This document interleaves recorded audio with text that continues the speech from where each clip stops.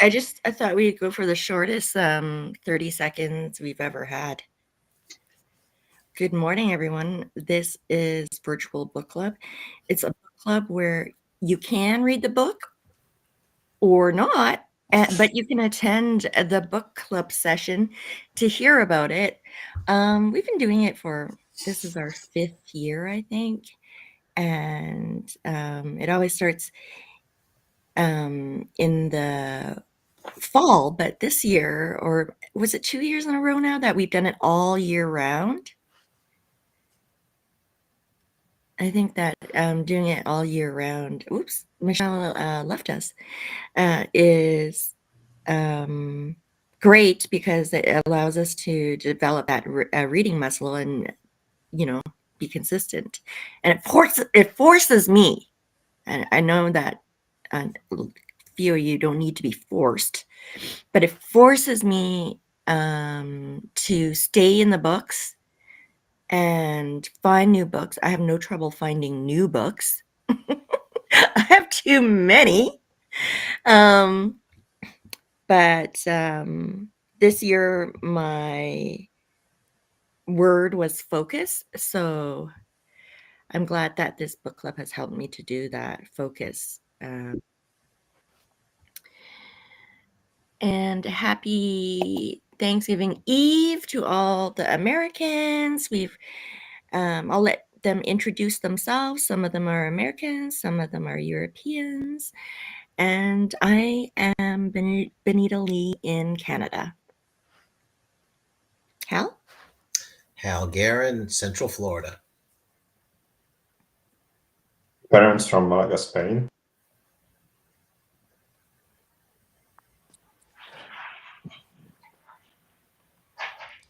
Stephen Eng, based in New York.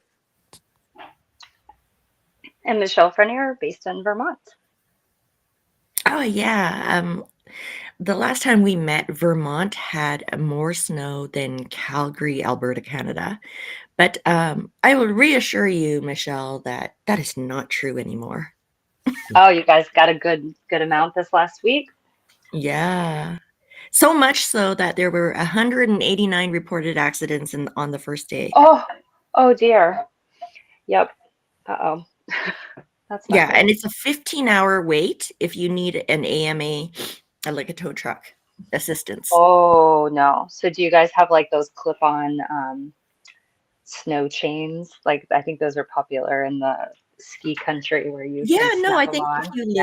if you live on an acreage outside of the city, you probably do, but yeah, not in the city, unfortunately. They're probably banned because they chew up the roads. I know that Canada does not, at least near us, and I don't know if it's different across provinces, but in Quebec, you're not allowed to have studded snows, which is a very common thing for us down here. Oh, I see. So it's nothing like Orlando or Malaga. And New York is probably close.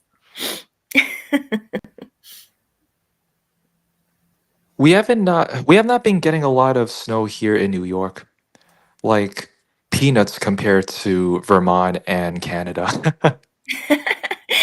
And it's weird because you're closer to Vermont than you are, or no, I don't know. I really can't do the math. Is New York closer to Toronto than it is to like where you are in Vermont? Yeah, it could be. I don't know. Got to look at a map. Birds fly versus highway, right, Stephen? Like it really depends on how you get there from here. I think there's more direct roads, right, for you to go north than if you tried to go to little old Vermont, you'd be on a back road somewhere. Well, if I fly to Toronto from here, it would take me 2 hours, but if I drive, it would take me 8 hours, and that's assuming no traffic. Oh, okay. Yeah. And I'm jealous that you have flights direct. I don't know that we have them anymore. There's 2 places we never could fly, and maybe Toronto's gotten better, but out of Vermont, we cannot fly to Boston, and Toronto used to be a no-fly. Like there's just not a carrier that does it. Isn't that wild? oh, that's interesting. Yeah, it's I didn't know wild. that. When We went to Orlando at the beginning of the year. Michelle had to fly out of Quebec to get to Orlando. It was the most drama-free flight I'd ever had too, because it was direct and easy, and the Canadians know how to do it. So props to them. Yeah, I mean, some would say the same thing of the Americans. Look at us Canadians, Americans being nice to each other on a call. Okay, so enough small chat. The experience machine. I did it in audiobook this time because I thought I'd want to experience the accent, and regretted it. Regretted it? Why? Regretted it that you did it in audio, or regretted that you did it at all? I mean, perhaps if I read it in my own voice and was able to skip pages, it would have been better. But No. No. Okay, that's solved. I mean, we talked about it some on the prior call, with when just Stephen, Benita, and I were on it. But it was good up till then. Yeah, well, I mean, the premise of the book is good. It helped support the limited thinking that I had done about the topic up to the point of reading the book. It certainly confirmed some things in my mind, and I didn't disagree with it, things I was reading. No, but it was just it was slow. It took it felt like it just wasn't going anywhere. And so, as I mentioned, before, it was a book I was reading in 5 to 10 page increments. And I'd go, that's enough for now. I every time I picked it up, I had to put it down, within 10, 20 minutes. Right. So I'm a tough grader. I gave it 3.0.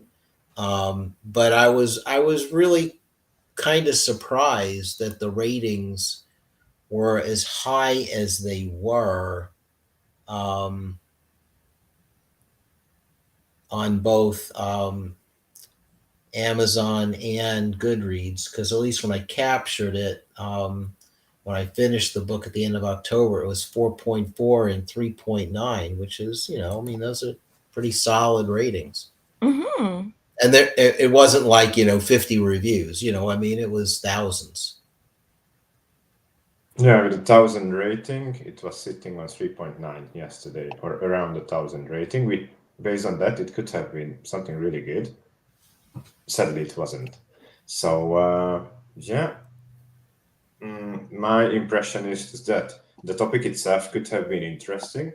The author chose probably the most boring way to present it. And that's what we had at the end, 200 pages of half thoughts of surface scratching. So, I know where he wanted to go, but we never arrived there, sadly. And after reading the book, I was going through the reviews on Goodreads and found the same similar opinions, that he never really got where we wanted him to go or where he wanted to go. And it was just half of this, then a bit of thought on that, but never anything deep or super detailed. It was always just information on the surface, and felt like reading a bit of Wikipedia articles on the topic half at a time. So yeah, won't be my favorite book for the year.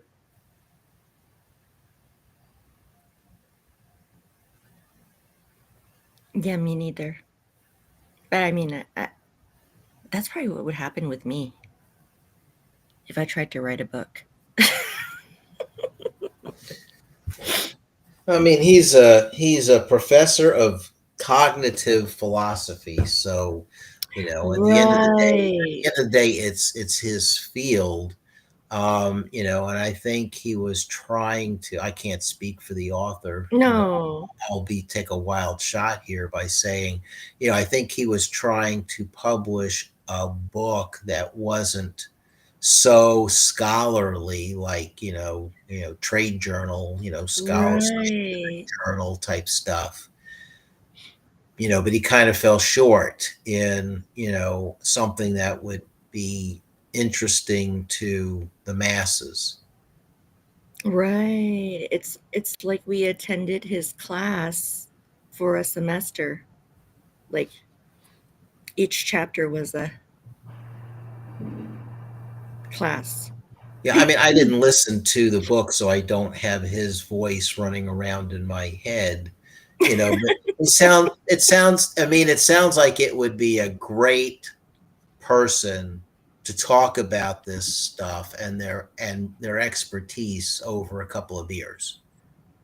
Yes. Because I think his insights, if you asked him questions based on what you're interested in, I think his insights would be some fascinating one-on-one conversations, group conversations. It just didn't translate to a 300 plus page book.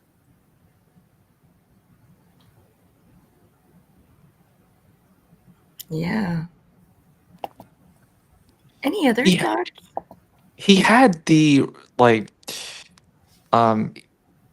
he had okay intentions as far as the topic, because I think that there is an audience I think there is an audience for it, but I would say he fell short on the execution as far as making it palatable to a lay audience, like as far as people like you and I, or even potential readers that he wants to like recruit into his orbit.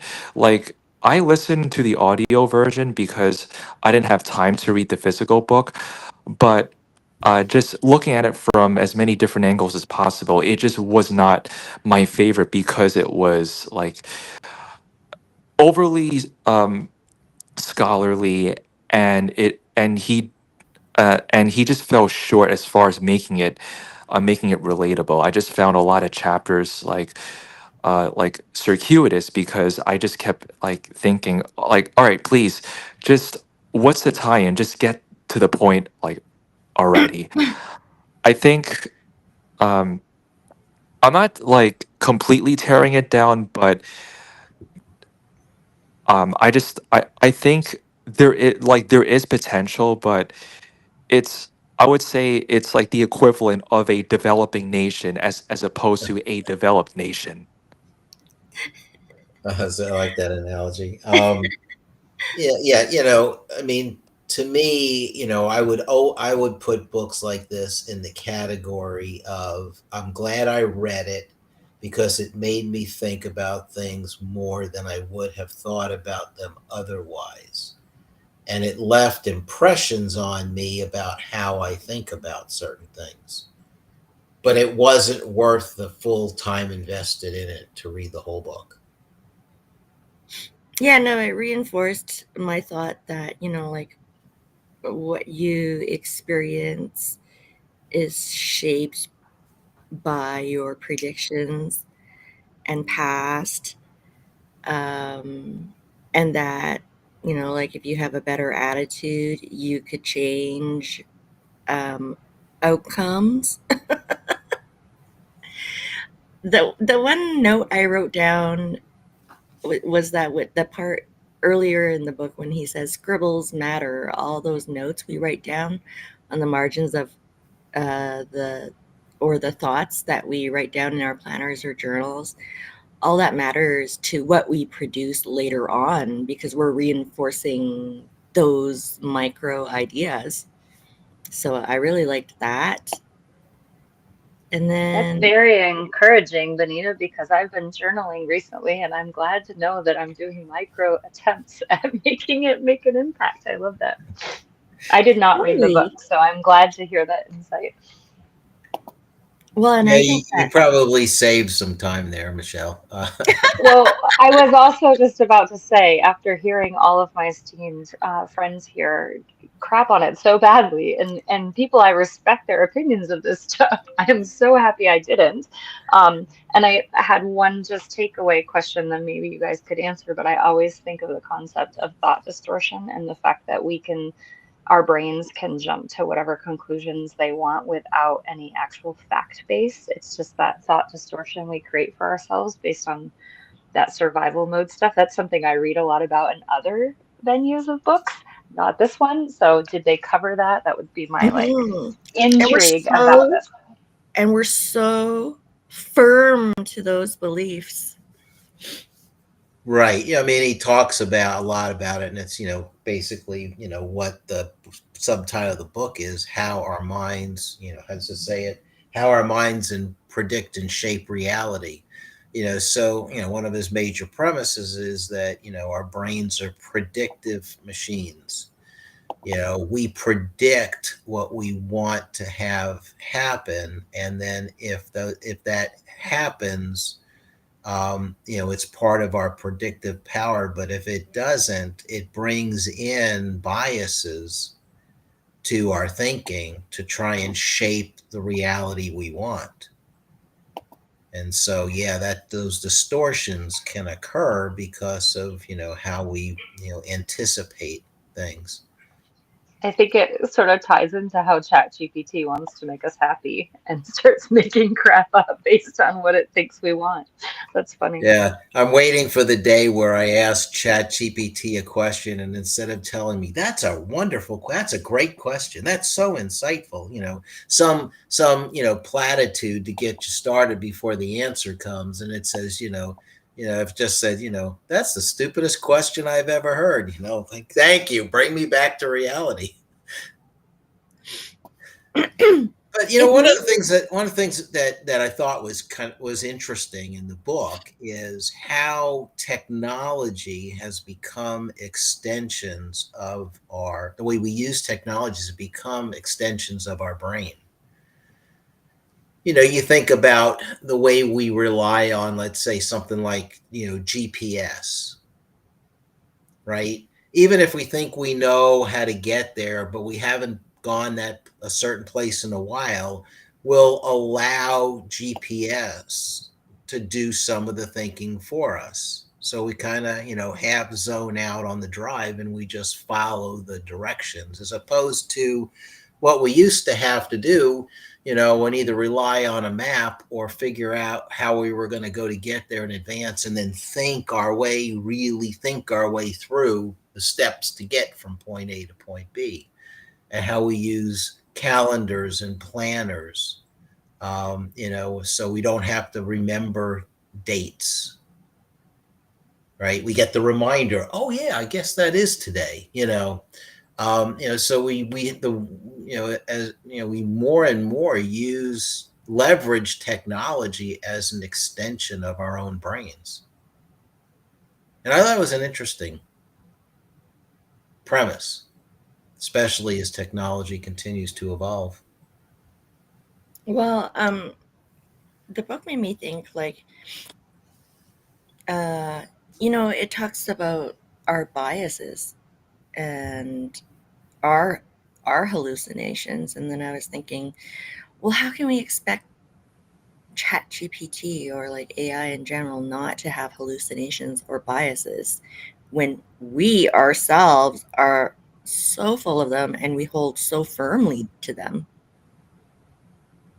It's like, Well, I mean it comes in the way human bias has coded Chat GPT to work, but we can't forget the fact that LLMs, we say Chat GPT, but any of them, um, they're not thinking.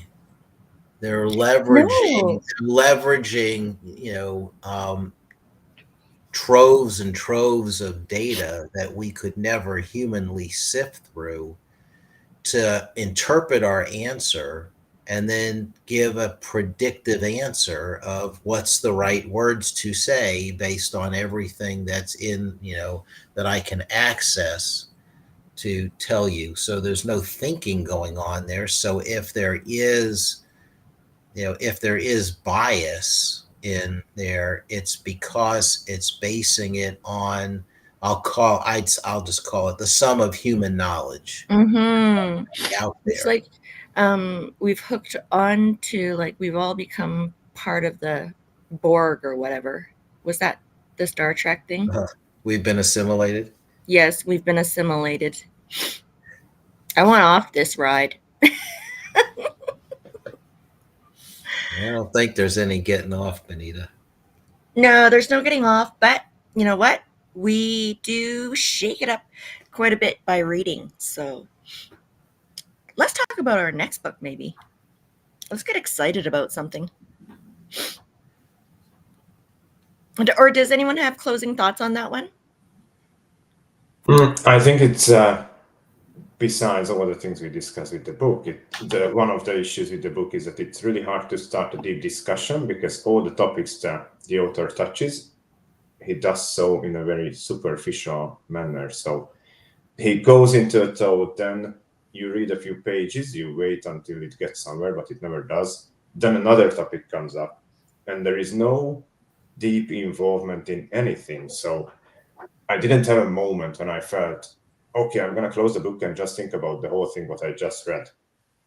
Because it was coming in and leaving my head, and then some new surface scratching again arrived to my head, left it immediately, and none of these information were intended to stick there and to be discussed, because it's just so, a lot of words are used to describe very, very small piece of information, and at the end you are just sitting there and, yeah, this could have been interesting if only he would have been taught more about technology, or more on how to use this technology in PTSD, or how to fix the prediction of our brains, how to solve problems. Any of that could have been really interesting, but or if you delved into like depression. Yes. Yeah. And then I like tried to skip forward, and then I got to this part where he started talking about a pet shop boy's keychain, a pink one. I was like, oh, I'm gonna hear like a real story. Surely if he's mentioning pet shop boys. But it was just that he changed his keychain. Yeah, the one part that was interesting is the part where he explained how this can be used, how the predictive functionality of the brain can be used for recovery in a lot of mental challenges, PTSD, depression, and all these things, and how VR is involved in that. And that's a huge thing. That's a thing that didn't exist 20 years ago, right? So potentially it could have been a whole chapter about the topic, on how could technology solve all those problems in the coming years. It didn't happen, so we don't know from the book, right? But it was interesting. And also one thing that was in the book and interesting is the surgeries that functioned as placebo surgeries. I never heard of that one, so that was something new. Up until yesterday evening, I was aware of the placebo pills, right? As we all are. But he described that the same way you take the placebo pills, they did surgeries on people that when they didn't fix actually anything, people still felt better afterwards. just because they have a Oh, set list. So right. Yeah. was something That new and was something I interesting. didn't know before. What's it called when you have like a bunk pill? Yeah, it was the accent was throwing you. Placebo. Placebo. Yeah. Right. Wow, that was mind-blowing, actually. Yeah, that was good point. Oh, I mean, if And you again, that was a topic, sorry, that could have been explained in 50 pages, but sadly didn't happen. oh, the Hey, lovely Zora. Aura. How are you? Hello, how are you? Hello. We're so good. We're just wrapping up what we thought of the experience machine. Ah, What did you think? oh, I thought it was not easy to read. Uh, I thought that it was very biased. I really enjoyed his new way of approaching that matter of perception um, and how the brain pre-wire itself to based on past experiences and in general overall uh but I had the feeling that he was a little bit talking about too much about himself, to be honest with you. His like this is what I experienced, this is how I live my life, and so it is.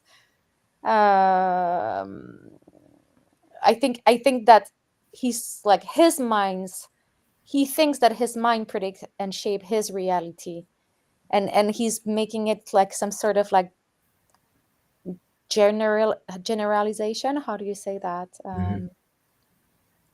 Right. And Well, I agree with that. Like I mean like I agree. Well, I agree that our minds and our experiences shape our reality. Like if someone has uh, done something to me in the past, the next time someone approaches me that looks like that person or whatever, I'll yeah, suspect the same of them.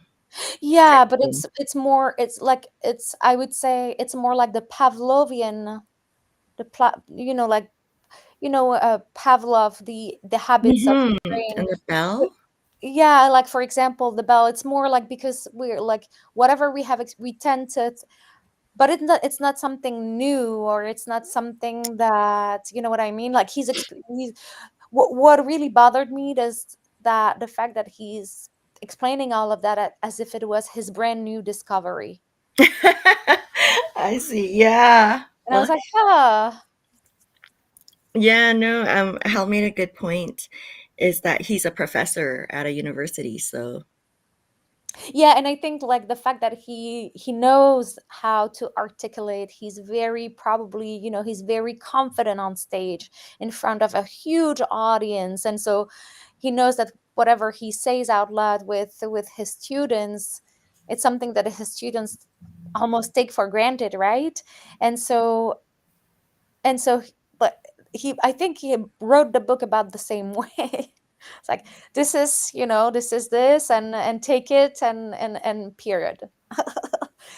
And without giving that part of like, this is a maybe, or this is not something new, like we've seen it through this and this and this and this. But the way he wrote the book, it was like, it's my discovery, this is, what I figured out, and people take it. I don't know if you have the same kind of perspective, or yeah, no, like um like I totally roasted this book. Like I just you roasted the book too. I just like I I thought I thought there were some really good quotes at the beginning Yeah, and like some real good reinforcement studies. And then it just It's like Ferenc said that he just never finishes a thought. Yeah. Yeah, like he starts to talk about something, and then I'm like, oh yeah, this is gonna be good. And then it's like, And then wah, wah. yes, yes. I love that you're pointing that, because it's exactly how I it left the book left myself also, like, let me in that situation, the same situation. So I love that you're pointing that. Yeah, yeah, no. Um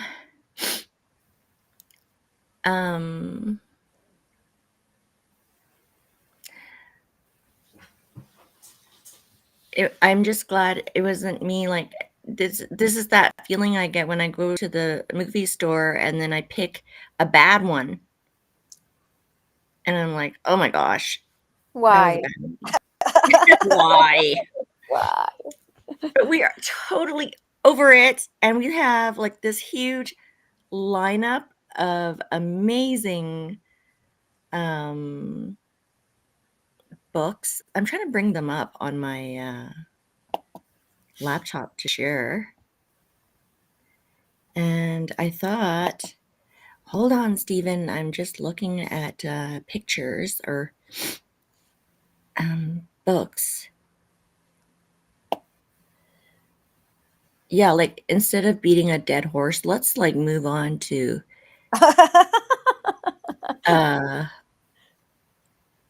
other things so that we can. So everyone had the same kind of like feedback about the book. I think Very I was. very similar, you know. Yes. Okay, so that's good, I guess. I am glad that it was a library checkout and not a personal purchase. Let's put it Yeah. that way. And I've renewed it 3 times so that if I had to refer to it during these calls, I could do it. And libraries never told me, nope, somebody else is demanding that book, so you're going to have to bring it back. That's hilarious because I looked for it on Libby and on the other one. Can't remember the name of it, but I have the apps on my phone and I'm looking for a way to like get caught up or at least listen to some of it before this call, and no such luck. So it didn't even make it to the library access that I have. So I guess maybe it's for good reason.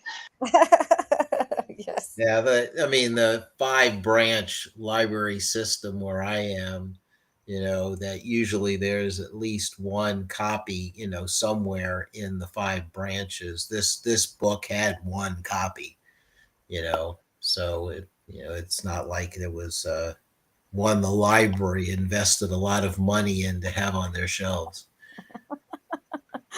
If it's an old school book where they have the stamp in the back, man, would it be an honor to have Hal's stamp and your initials next to it, to the someone actually that you took out this book and gave it a once over, even if it was terrible. So Michelle, I listened to the entire book on Libby. Like, whether it's available on your Libby depends on like whether your local library system carries it.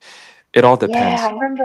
I remember you and I were talking about that Yeah. way back, and how I must just be aligned. It's a country library, like it's tiny little it was like privately funded by someone who was in state legislature. Like it's a very sweet little library, very nice, but I think the limitations are just sometimes the case. But whenever I do Uh, find one useful, and I know we're going to read it soon, I put myself on the wait list, even if it's large, and see if I'm going to get lucky enough to have it. I just need to break out and start paying for Audible. I mean, I could do that. That could be a choice I make in the new year. I might Well, maybe the stop Audible's making excuses. yeah, Audible's running some great promos right now Oh, for right, Black Friday. members. I'll Yeah. have to go look. Good idea. And having listened to the next book, The World Played Chess, I listened to it on Audible. It's a book I recommended. I'm thrilled that we're going to do it as a book with the group. It's just so well done on Audible because it's two voices. The author, Robert Dugoni, does the younger man's voice, and then another, voice actor does the Vietnam vet's voice, and so Wow. you get some real interaction, and it's just really well done. Wow. I read the description of this one, so I was very excited about it as well. I'm glad to hear it's worth the Audible because I will definitely get through it if I do it that way. So thank you for that. Yep. Nice. Yeah, it's very rare, no, that they have actually actors running the dialogues.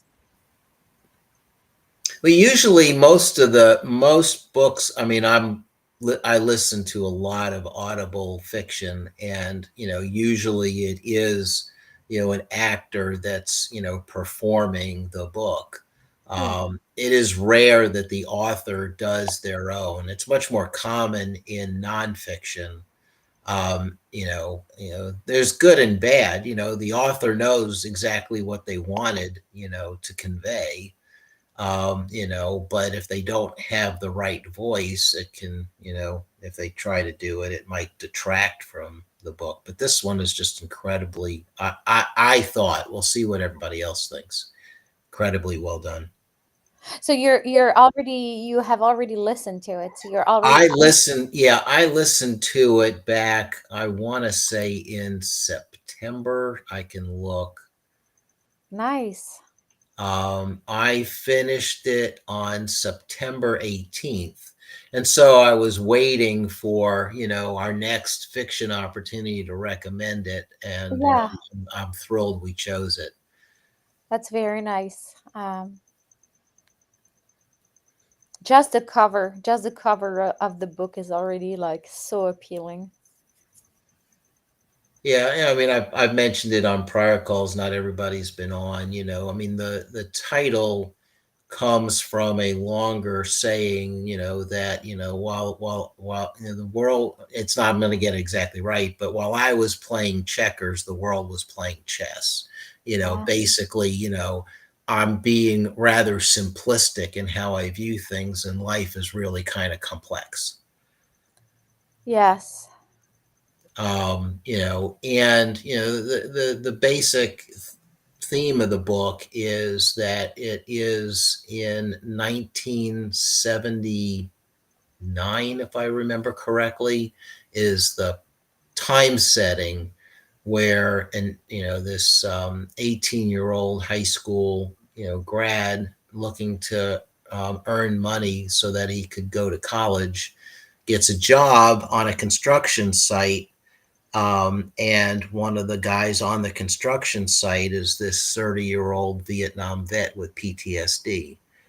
And the interactions they have, really, kind of set the stage for profoundly influencing this, at the time, 18-year-old's entire life. As the guy, I'm not giving anything major away because you learn it pretty early on. The Vietnam vet, when he's about to die, he has a memoir, or not a memoir, a diary, where he was recording his experiences in Vietnam, and he leaves it for the kid, I'll call him. Oh, Wow. Yeah, it's okay. That's enough, Hal. okay. I'm not giving anything away, That's enough. because it's all about what really gets said between the two, and how. Yeah, exactly. No, it sounds really heartwarming, and it's something that I think we need during the holidays. I love it when we find like I don't know, a good book during like a certain season to fit the mood. Yeah. Totally agree. And yeah, I'm showing this post that Hal did with our lineup, because I was like, wow, like when you see it in full like this, like for like the next 5 months or whatever, I feel like we can get excited about it, or like new book club curious people Yeah. can think, oh, I've really wanted to read like that book, so I think I'm going to join. Yeah, somebody who lives in Miami area saw that post and wants to join us starting in September or December. So hopefully they will do that. Yeah, I wish we had just like one link to get to virtual book club. But I find it hard to like get people to come. Like some people don't have LinkedIn, so it's like hard to communicate Right. without like having to go on various platforms. And it actually streams live from my Facebook. Ah, that's so cool. Yeah. That's really cool. Yeah. Have you had a lot of interaction through Facebook for like curious people were curious and asking questions about? Yeah, like mostly friends and family. Um, And but they don't want to join? no, I don't think they want to join, but I mean they enjoy what we read and like listening to snippets of conversation. Uh-huh. That's awesome. I think we enjoy it more than them. I really enjoy it. Otherwise, I wouldn't have been doing it for 5 years, and I find that there's value, so. Very, very much so. There is, and seeing the next 4 books, it's a wide variety of topics again. So a bit of everything from everywhere, and that's really nice. Yeah. Especially that as the year goes by, you can connect all those things and see for the similarities, patterns, and all those things across a fiction. Then you will have the ultra processed people, nonfiction, and the 1929. Absolutely different topics, but I'm sure that there's going to be patterns that we find across those books and the ones we read this year, despite being in completely different area. So that's also the nice part of it. Yeah. What do we know about ultra processed people? I get the feeling that one's like a really good one for January, because I know. right? What scary into sticking to those New Year's resolutions? Yeah, exactly. Yeah, Yeah, scare us. I mean it's highly rated. It's one I want to read. I recommended it as well, and and it got basically it ended up tied with 1929 for votes for the January selection. So we just kind of went with let's just do both in back-to-back months. 1929 right now has been sitting on the bestseller list for a good few weeks. Wow. Oh, wow. But I will say that it is over 500 pages, so it's going to be one where I think we'll probably conclude without getting ahead of myself here. It's an important book because it's such an important time in our history, about and what lessons can we learn from the fact that nobody was anticipating the Great Depression when it happened. Yeah, no, that's going to be Right. really interesting. And then the Andy Weir book, the timing is wonderful just from the standpoint that March 2026 is the month. Right now it's slated for March 20th, where the movie created from that book with Ryan Gosling is being released in theaters. Oh, I'm Is excited. it Ryan Gosling or is it going to be Matt Damon? No, Matt Damon did The Martian, Oh, which yeah. was Andy Weir's other book that that got a lot of attention. So Matt Damon starred in the screen adaptation of Andy Weir's book, The Martian, but Ryan Gosling is taking the lead role in Project Hail Mary. Wow, okay, okay. I'm excited for the next fiction option. I read one that wasn't Kate Quinn that I thought was amazing, and so lighthearted and funny. Um, and I think you guys would find it interesting just because of the plot and how it pulls together. But yeah, so whenever the next time we look for a fiction, Which let me one know. was it, Michelle? It's called Where Have You Gone, Bernadette? Oh, I It's know. I've read it. It's awesome. it's so good, right? Oh, And yes, I love it. so my girlfriend and I were talking about lessons in chemistry and how much we loved it. And she's like, I have another one for you, Michelle. It's so similar in the way and the style, but all over the place, but so interesting. And she was right. It was like page turner, couldn't put it down. I Yeah. burned through that book so quick in written form, which is good for me because that means I really loved it if I took time to pick up the actual book and not just listen to it. It was not a multitask book. It was a sit down and enjoy it book, and it did not disappoint. It was really good. Yeah, and then you giggle when you read certain things.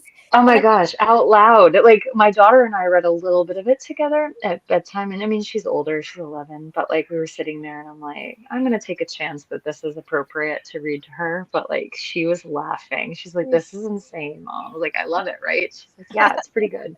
And then she's like, I have to go to bed. I can't listen to any more of this. So it put her to bed. But I continued to read it. It was very enjoyable. yeah. Oh, I love that book. You mentioned lessons in chemistry. I really enjoyed that one as well. Oh, yeah. Yeah, very Such a good. good book. Oh, yeah. Probably like the one that marked me, or like that like had impacted me the most in 2025 in January. Uh, what a book.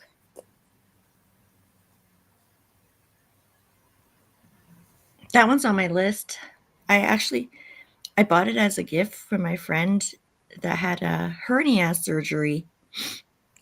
And I said, I heard it's a really good book, but I haven't read it myself, so I need to do that. I enjoyed it so much that I even got a French copy for Oh, my mom. wow. Yeah, and I sent a copy to my mom and my grandmother. I was like, they're gonna be enjoying, especially my grandmother, because it'll probably bring back some memories of her when she was like in her early 20s, whatever. Um, but yeah, I really enjoyed that book, and then the fact that it happens around the area where I'm at also, like Oh, cool. you see certain, like you see the freeway in a different way. You see certain neighborhood, in a different way with that perspective and of like I love that book. I love the character, of course. Yeah.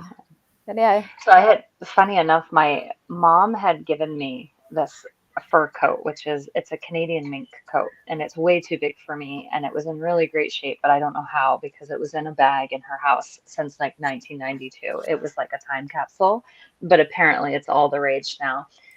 But in researching like where it actually came from, there was like a little French Canadian woman whose family lived in the town next to ours, and it was her coat. Her name was embroidered in it, all this stuff. So I found a home for it that's very well fitting and it will get enjoyed. Um, but when I looked her up to see who she was, I looked through the records and that are scanned online, and it turned out that she was like a laboratory technician in 1940 as a woman. And I was like, she was so badass. I'm so happy to have like seen her thing. But you could imagine how prized this jacket might have been for her. It was like a full length Canadian mink. Wow. Like I'm sure it's like really expensive jacket at the time, and cherished because it had her name embroidered, which I think is an extra step. But her dad was a doctor and her sisters were both school teachers, but she was a laboratory technician. I thought that was wild. So it kind of connected me back with lessons in chemistry. It's pretty cool. Oh, what a beautiful story. It could be. It could also be a book. The story of the coat. Her name was Emmeline Perrault. What a cool name. Wow. Yeah. Speaking of books in other languages, what was that you found, Ferenc, in the market? He found so many books, French, Arabic. Yeah, last weekend or the weekend before. Yeah, so the previous weekend I was in Morocco, Fez, and Oh ran no. into a book that had multiple book club items, including David Goggins in Arabic. So I thought that's a nice one. It also had a shoe dog. Oh, So yeah, they were well prepared for our book club. cool. Yeah, imagine if we had book club members that read the book in a different language. I mean, that would be next level. We'd need to have some sort of translation mechanism so we could all I speak. read Nexus in Hungarian. It wasn't amazing, but not because the language, because of the content. So Right. yeah, we have that. But yeah, I don't think it would have been much better in English, because remembering our discussion as well, it wasn't like a fantastic book, regardless what language you read it on. It was a bit dragging on and on and on, and it took too much time to get to too little conclusion.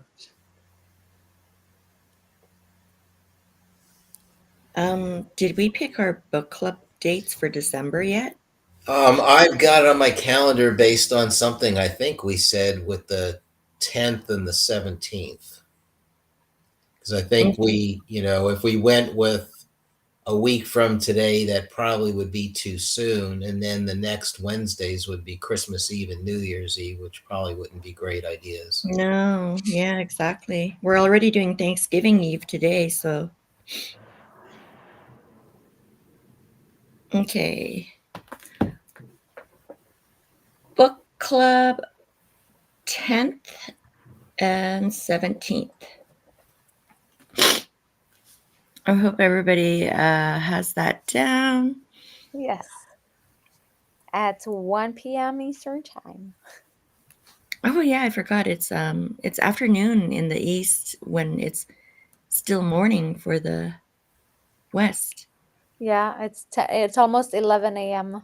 And it's usually like around the time where I have a couple of meetings, and and that's why I was running late. And also, it's probably why the other day I thought it was like noon my time, and I completely missed it. And that's why I was saying on the LinkedIn messages, I'm PTSD now.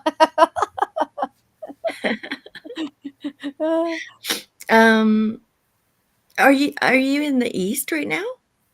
No, I'll just on the west. Oh, okay. Yeah, because you're usually in Pacific. Yeah, I guess 10 a.m. would be a really bad time because I always have 10 a.m. meetings. Yeah. That's why today I kind of like went through it fast. Nice. Thanks, Aura. I really appreciate that. Yeah, I wanted to join. I wanted to roast the book as well.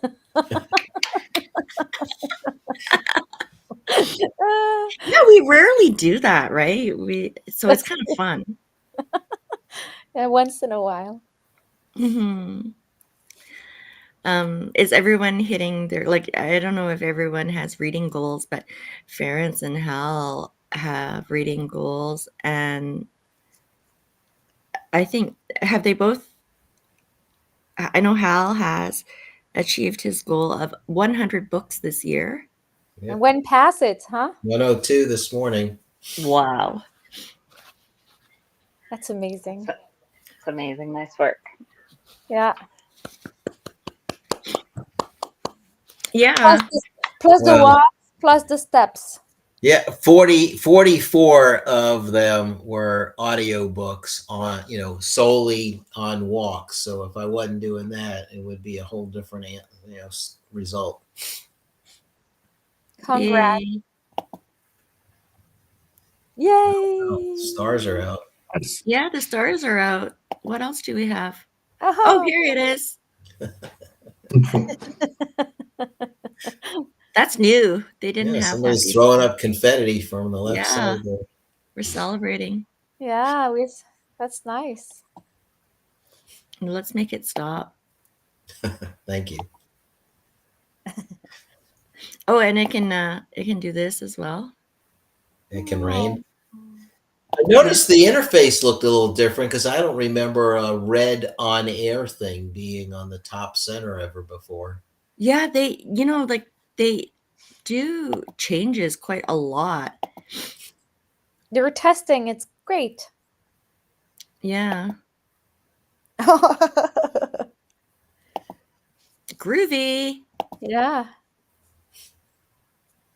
Those are fun. Imagine we would have those animation, but we would pick the animation because the animation would reflect the book cover. For example, the World Play Chess, we would have that background with the silhouette soldiers, and it would they would walk. Oh, animations that played the book. Yeah, that would be cool.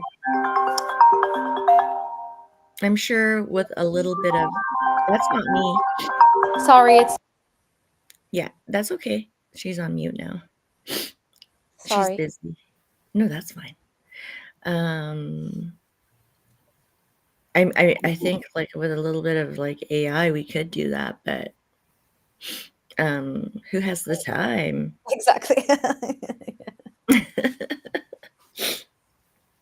Yeah, no, I think it's a major achievement that we've been able to meet up all year round. We've read, counting next month's book, it'll be 12. So that's 12 whole books that you would have read if you joined Virtual Book Club and followed along every month, which is probably 12 more books than a lot of people have read. I think that's partly, I think there's two main reasons why people who might be interested shy away from, doing something like this. One, 12 books feels like a lot to some people, a lot of people. And then, the commitment, feeling obligated, as opposed to, I only want to do something when the spirit moves me, not necessarily because I feel like I, should, and so I think I think there's a hesitancy to make a commitment. Yeah, no, I used to organize golf for the ladies, and it was a low commitment type of system. If you wanted to show up that Thursday or whatever it was, then you would book your time, and then I'd save a spot for you. And then if you didn't want to, there was no worries. We'll see you next time. That's very nice. So I feel like that's the system we have right now. There's no commitment. And if you feel like you're not going to be committed, probably just stay in the audience, I guess.